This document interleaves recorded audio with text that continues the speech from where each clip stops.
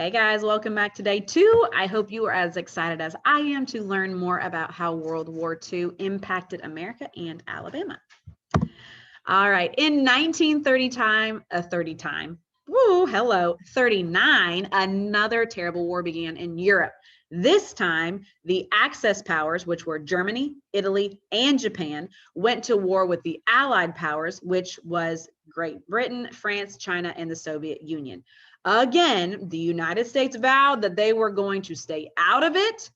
However, something happened, as it always does, on December 7th, 1941, that left America with no choice but to fight back.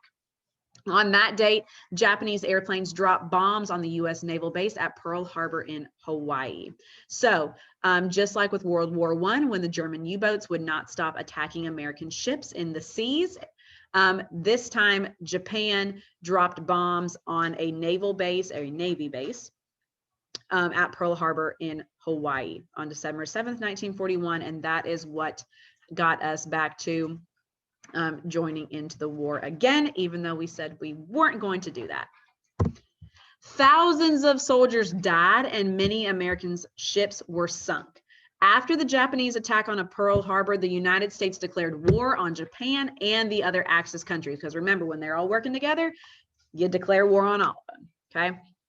Alabama did its part on helping to win World War II, gave their lives. A total of 248,000 Alabamians served in the military during World War II, and about 6,000 gave their lives preserving liberty and the American dream. So just like the First World War, Alabama stepped up, and even more people went to battle from Alabama in World War II than they did in World War I. In World War I, remember, it was about 74,000, and World War II, we have almost tripled that.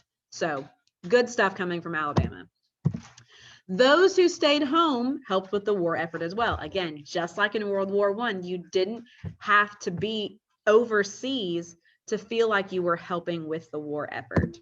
Alabama saw such rapid expansion or growth. Expansion is a fancy word for growth. The federal government set up many factories in Mobile, Huntsville, Montgomery, and other cities all over the state. Plants worked day and night to provide steel, iron, textiles, food, chemicals, and weapons needed for the war. Again, kind of like deja vu, we did the same thing during World War I. So we knew that in World War I, when we did all this, it really helped our economy. So as you're kind of trying to put the pieces together here now, where you can see how we're kind of going to have the same result here too.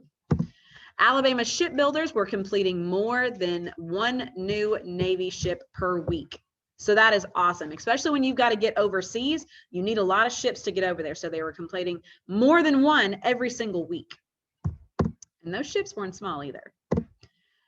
More than 89,000 new people moved to Mobile alone during the 3 years between 1940 and 1943.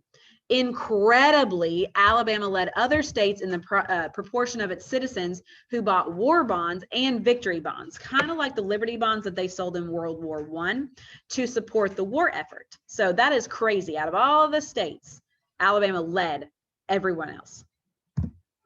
Women had to do jobs they had never done before because the men were all off at war.